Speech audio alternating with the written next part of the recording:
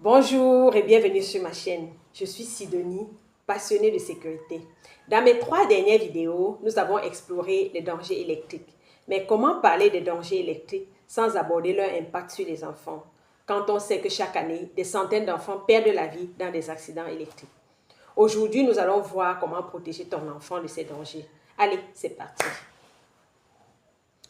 Tout d'abord, parcourons ensemble ces quelques titres de journaux que j'ai trouvés pendant que je préparais cette vidéo. Un garçon de 7 ans gravement blessé en manipulant un ventilateur électrique. Une petite fille de 5 ans est électrocutée après avoir touché un fil électrique dénudé. Un petit garçon de 3 ans meurt après avoir introduit une fourchette à l'intérieur d'une prise. Loin de moi l'envie de t'alarmer. Mon souhait, c'est juste te faire prendre conscience du fait que le danger est sous tes yeux et que bon nombre de tragédies sont évitables.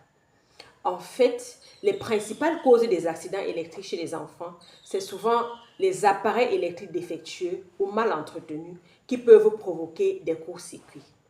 Les câbles électriques laissés à leur portée, les prises sans cache ou à portée des enfants, la proximité de l'eau avec les appareils électriques. L'eau étant un excellent conducteur d'électricité, il est crucial de l'éloigner des appareils, surtout dans les pièces comme la cuisine ou la salle de bain. En fait, les endroits à risque où ces dangers sont souvent présents, c'est la chambre, la cuisine, le salon, la salle de bain. C'est là où on trouve les appareils, les câbles, les prises et même l'eau. Et les enfants, naturellement curieux, adoptent parfois des comportements à risque. Parfois, ils se mettent à mordiller les câbles, ils jouent avec des prises électriques, ils introduisent des objets métalliques dedans ou alors ils touchent des appareils en fonctionnement. Qu'est-ce qu'il faut faire pour que ça n'arrive pas? Il faut cacher ou fixer tes câbles hors de leur portée.